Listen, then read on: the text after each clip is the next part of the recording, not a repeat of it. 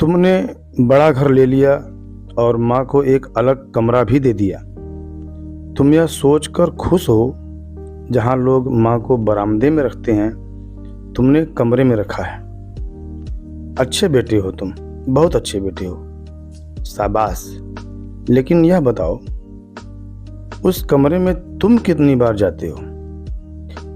कितना वक्त माँ के साथ बिताते हो? आखिरी बार उसके साथ टीवी कब देखा था?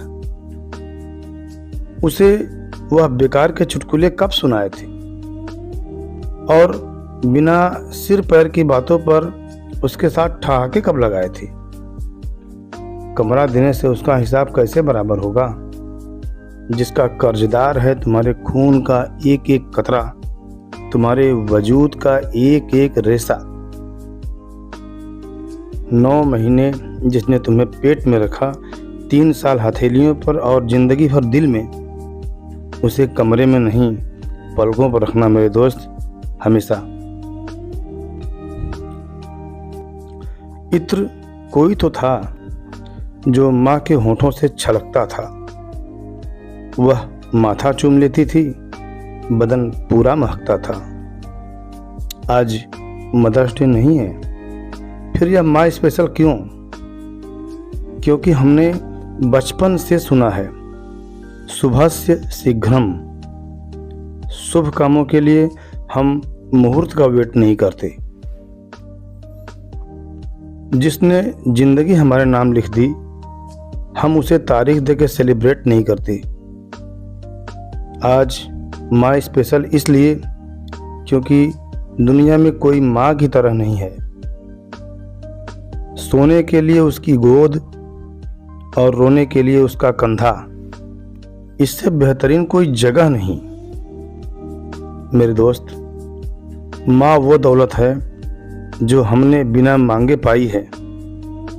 वह बरकत है जो बिन बुलाए आई है। आज माँ स्पेशल इसलिए क्योंकि एक तरफ है जग सारा और एक तरफ मेरी माई है। इस साल दिवाली पे गांव नहीं जा पाया, अगले साल चला जाऊंगा, या अगली बार माँ को ही शहर ले आऊंगा। There was always next time. फिर कभी सही। कुछ गलत नहीं सोचते हो, तुम सही हो। यह करियर बनाने की घड़ी है, दिए जलाने को तो पूरी जिंदगी पड़ी है। लेकिन यह जो शब्द ऐसे ही बोल जाते हो ना, अगले साल, अगली बार, नेक्स्ट टाइम, फिर कभी, एक बार ठहर के इन शब्दों के खोखलापन पर सोचना कि जिसने तुम्हें जरूरत से ज्यादा दिया, तुम उसे उसके हक से आधा दे रहे हो। जिसकी जिंदगी का सूरज एक एक दिन पश्चिम की ओर सरक रहा है, तुम उसे अगले साल का वादा दे रहे हो। तुम्हारे कैलेंडर पर बरसों बरस बाकी होंगे। माँ के दिन, महीने, साल खो चुके हैं। कभी गौर से देखना, तुम्हें सोना सोना कहते कहते उसके बाल चांदी हो चुके हैं। अगला साल किसने देखा है यार? ये वीकेंड माँ के साथ गुजारो। उसकी खुशी से बढ़कर कोई खुशहाली क्या होगी? तुम्हें देखकर माँ की आंखें चमक उठेंगी, इससे बड़ी दिवाली क्या होगी? कुछ अजीब है मेरी माँ, रंग बदलने में माहिर।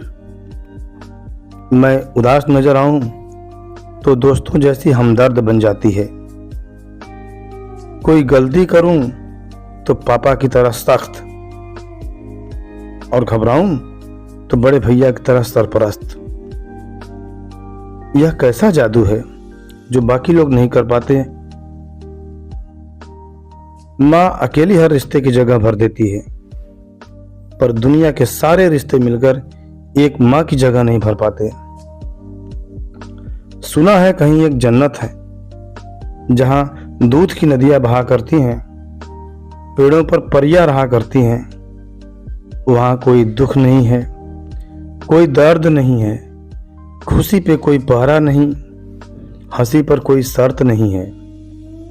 बिन बाती उजाला है, बिन बादल बरसाते हैं। वहाँ रातों से मीठे दिन हैं और दिन से रोशन रातें हैं। लेकिन यह सब सुनी सुनाई बातें हैं, और सुनी सुनाई बातों का क्या भरोसा। यह दुनिया है, कुछ भी कहती है। आसमानों में जन्नत क्या ढूंढना मेरे यार, बगल वाले कमरे में झांक लो जहां अम्मा रहती है। माँ चली गई कहीं बादलों के पार, उसका कमरा खाली हो गया और उसका मंदिर सूना। एक दिन पंडित जी को बुलाया, माँ के मंदिर में दिया जलाया, उनके लड्डू गोपाल को भोग लगाया। जो माँ करती थी सब कुछ वैसे ही दोहराया। फिर पंडित जी ने कहा, पूजा संपन्न हुई, अब अपने लिए जो मांगना चाहते हो ईश्वर से मांग लो। क्या मांगता और कैसे मांगता, पंडित जी को कैसे समझाता कि मेरी आवाज को आसमान तक जाने की आदत ही नहीं पड़ी। जब तक माँ थी कभी अपने लिए मांगने की कोई जरूरत ही नहीं पड़ी। आंखें तो हम सबके पास हैं, माँ के पास दूरबीन होती है। घर में कुछ खो जाए तो वो सिर्फ माँ को मिलता है।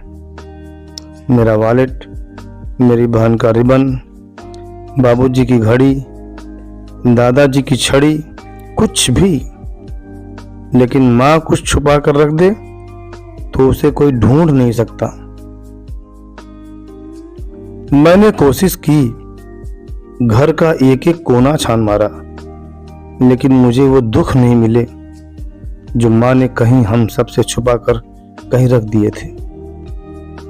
वो दर्द नहीं मिले जो किसी तहखाने में दबा कर रख दिए थे। एक एक अलमारी झांक ली, कहीं वो सपने नहीं मिले जो हमें जोड़ने में टूट गए। बिस्तर की एक एक तह खोल दी, पर वो आंसू नहीं मिले जो तकिए के किसी गिलाफ में गिर के सूख गए। लुका छुपी ठीक है माँ, जो छुपा दिया छुपा दिया, मुझे कोई शिकायत नहीं है। लेकिन कभी तू छुप गई तो मैं कैसे ढूंढ पाऊंगा। मेरे पास तो सिर्फ आंखें हैं माँ, तेरी जैसी दूरबीन कहां से लाऊंगा। दोस्तों, इस कहानी के विषय में मैं क्या कहूं, आपको कैसा लगा इसे तो आप ही जाने।